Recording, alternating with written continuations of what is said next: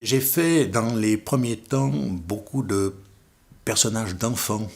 J'ai toujours été attiré par les enfants, en tout bien tout honneur évidemment, mais par les enfants, par la naïveté, le naturel des enfants, avec un tel objectif, sans qu'ils me repèrent, de les saisir, de les prendre un peu à leur insu. Dans mes voyages, nombreux, dans toutes les parties du monde, c'était une recherche. Pas uniquement, mais c'était une recherche. L'enfance a débouché sur d'abord des collections de photos d'enfants importantes et qui m'a permis à un certain moment de faire un petit geste vis-à-vis d'une association très active ici et qui m'est chère, c'est celle de Moi pour toi, qui s'occupe des enfants en Colombie. Ma femme est colombienne et ça tombait bien. Et j'ai pu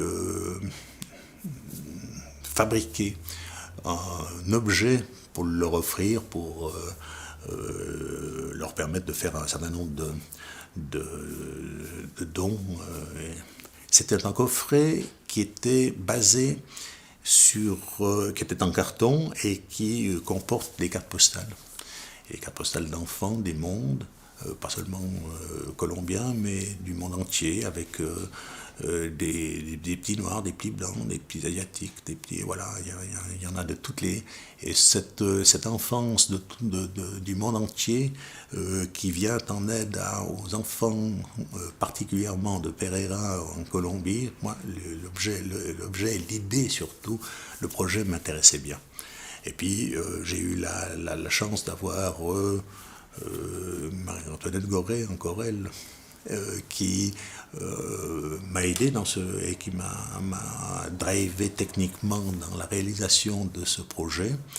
Et puis surtout la grande amitié de Philippe Jacotet, qui a été assez bon de me laisser mettre et de choisir et de m'offrir un texte qu'il avait écrit et qui correspondait bien au projet. Et spécialement pour ça. Oui. Et comment tu connaissais Jacotet? Jacotet, je le connais par amitié élective, j'ose dire, et par hasard. Le hasard, c'est que je me suis lié par un lieu qui s'appelle le Grignan, qui est en France, dans la Drôme provençale.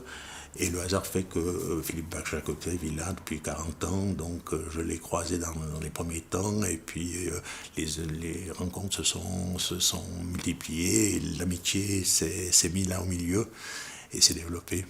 Je suis très heureux de voir que ces grands poètes ont une vision amicale des rapports humains, et je suis très, très fier de compter, je l'espère, parmi ses amis. En tout cas, pour moi, c'est un grand ami, avec son copain de toujours, Jean-Claude Selbart. L'enfance du monde, c'est de nouveau, c'est regarder vers le futur. L'enfant, c'est celui qui regarde vers le futur, c'est celui qui a la clé du monde. Et lorsqu'on regarde des enfants, ils nous apprennent beaucoup. Enfin, moi, ils m'apprennent beaucoup. Et l'enfant a des jeux qui sont éternels, qui n'ont pas besoin forcément de langage, et on revient aux mots qui sont difficiles parfois à trouver et à préciser. Quand on est avec un enfant, il n'y a pas besoin de mots, les choses se passent naturellement, pour autant que l'ouverture se fasse des deux côtés.